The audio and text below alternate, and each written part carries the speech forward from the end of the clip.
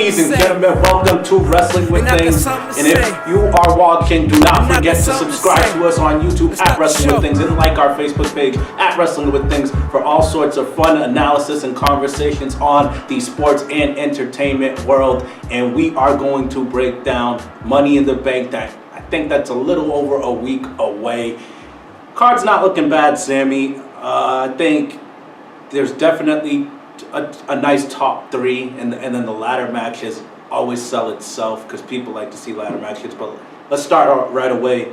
The WWE champion, Kofi Kingston. Let me say that again for the people. The WWE champion, Kofi Kingston, is going to defend his title.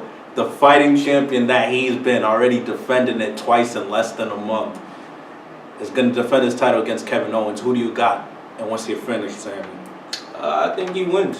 I think he retains it because Kevin Owens, he's always that guy who's consistent. He'll give you a consistent, very consistent, a consistent promo, consistent work in the ring. Every single thing he does, it's consistent. But he really hasn't been a big time splash since he's returned from to WWE. So I see Kofi just retaining it because his momentum is still high as it could be.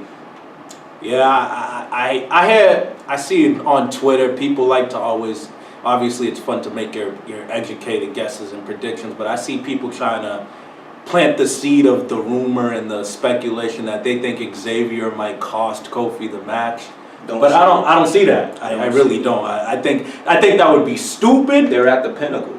I agree. Why would you? That pop is still really loud. The act is really not stale yet. The WWE still profiting off their merchandise more than ever. Yeah, and they still got the whole fans still got the shock in their brain still. Yeah, and I'm not gonna lie, I'm still shocked. I'm still shocked by it. I thought this was just an act of faith. I willed it into existence, but obviously I'm happy for the man, and he's really proven that he deserved it. And yeah, I think Kofi retains it here for sure. I think beating a guy like Kevin Owens when you're a first-time world champion like Kofi, it adds to the credibility of your reign. And if somebody, that's a good thing. If somebody was to betray it, would it be Xavier? I agree with that. Langston. I think so too. Because why would Xavier do it? Xavier's more of like the mouthpiece and the guy who just does all the hype man work. And I think fans would just generally buy into it more with Big E. He's the muscle. Yeah, and he's a monster type. So I don't see that. I think that's a long shot. The Raw Women's Champion, Becky, who's still Raw and SmackDown Women's Champion after WrestleMania, is going to defend it against Lacey Evans, rookie from NXT. Surprisingly earned herself a Women's Championship shot pretty fast on her time on the roster. Any chance she wins? Any chance? I think she wins. I think so too. I think this is the swerve of the night. Because one of those titles got to go. One of them. Exactly. I think I agree. And I don't see Charlotte taking the other one. Yeah. But you see what I'm saying? Yeah. I don't. She just had it, and not even that. Charlotte doesn't always consistently need the championship. She just really doesn't. She's just the best of all time already, if you ask me. So she doesn't need it, and I also think it's going to be good shock value because I don't think the casual fan is expecting Lacey to win. But right off the bat, she's doing some great heat for herself, and I like the character. I could tell that she's going to go far. One thing she got right more than I feel like a lot of women that just come into the business is she got the character. Like she was a real life Marine. Yeah. She's a blonde. She overcame adversity. You know, her dad had sickness and all that. So she has character and a backstory, and she really portrays it really well. So I think that's really gonna take her far. And not to mention, the Raw side of things for the women doesn't have a lot of legit contenders. They don't. Right? They don't. Ronda left a void.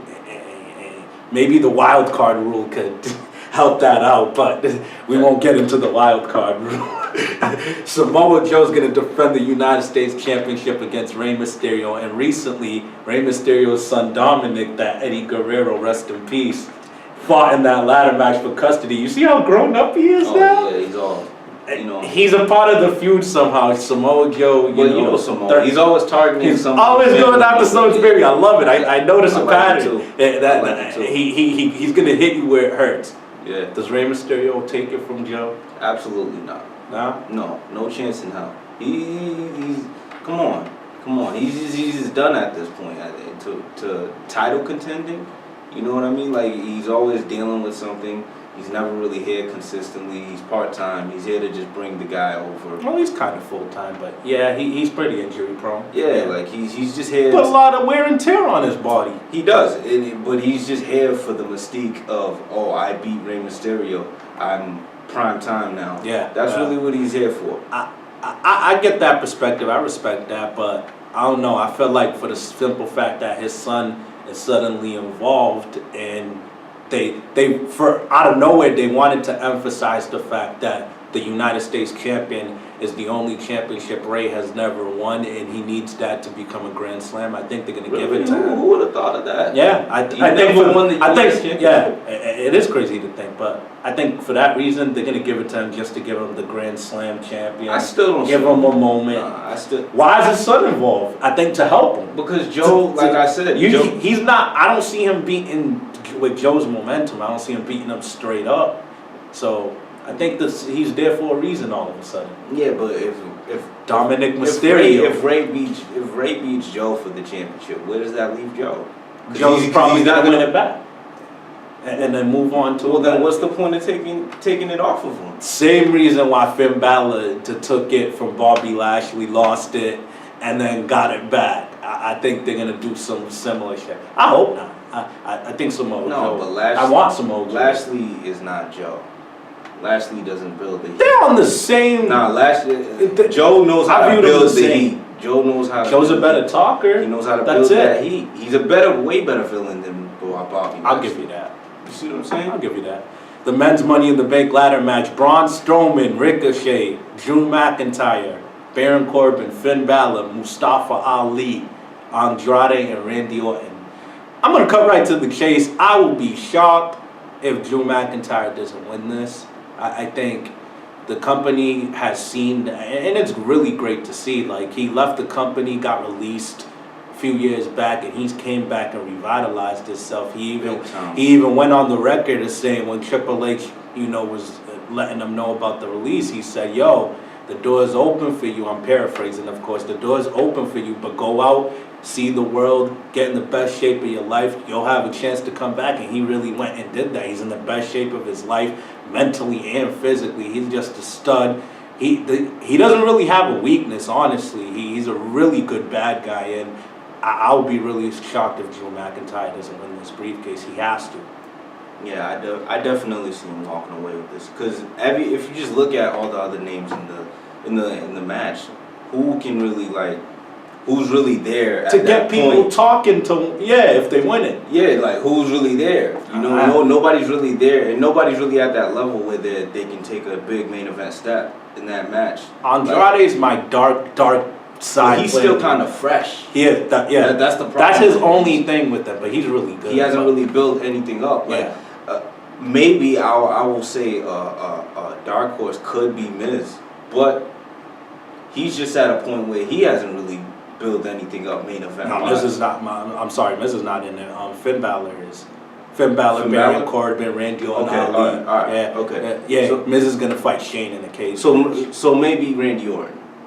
I don't see that at all. Maybe. So because he's just a name that can always go and win, and nobody will have a problem with it. Yeah, absolutely. That's the only. I give him like a 10%, but I really see Drew taking 90%. Yeah, for sure. The women's ladder match: Alexa Bliss versus Naomi versus Natalya versus Dana Brooke versus Bayley, Mandy Rose, Ember Moon, and Carmella. This one's a wild card because no woman since WrestleMania really has straight momentum, especially none of in this group. So this is kind of wild card, but I'm gonna go with Ember Moon. She's an untapped. I think she's an untapped potential.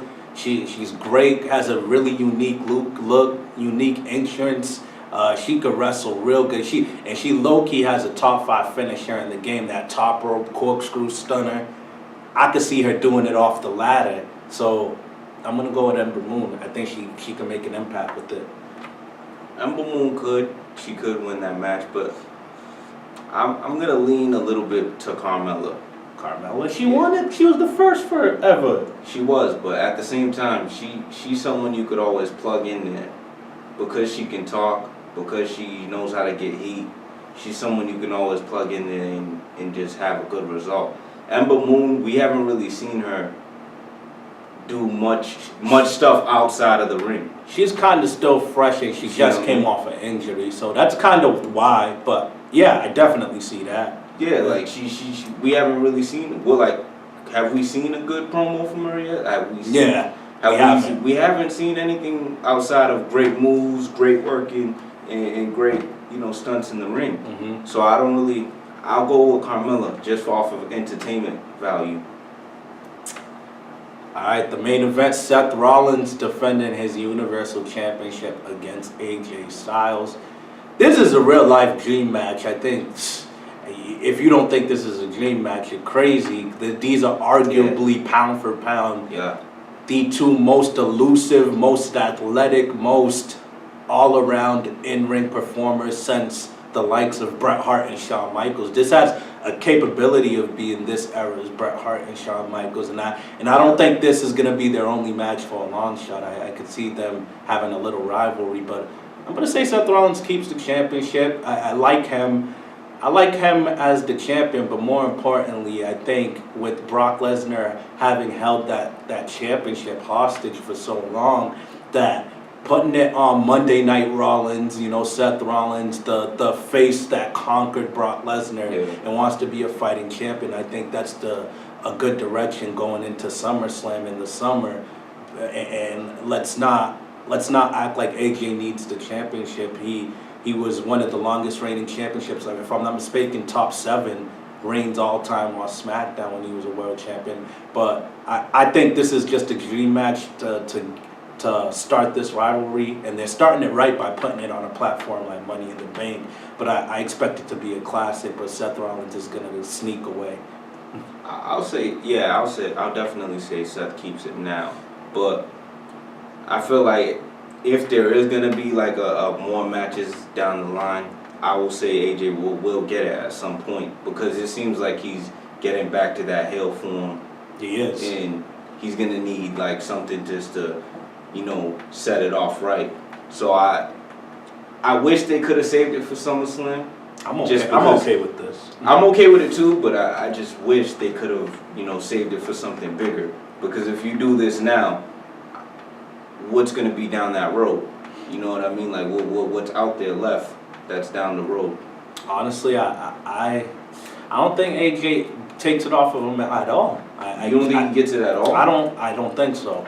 I feel like AJ Styles it's going to be a rivalry and he's going to get close, but I don't think he's the man to take it from Rollins. Well, then who will? We got to still find that out. Let the months progress, let things fall into place, but we haven't discovered that yet. But I don't think it's happening. Well, actually, going back to... And the cashing in could always happen, Yeah, but going back to what you said earlier about that dumb wild card rule. Yeah. Now somebody can come from SmackDown. Technically, if they really want to go that route. And so it's going to be interesting, though. If you think Seth Rollins is not going to win, let us know all your predictions. Don't be afraid to get in the comments section, and don't forget to subscribe to us on YouTube at Wrestling with Thames.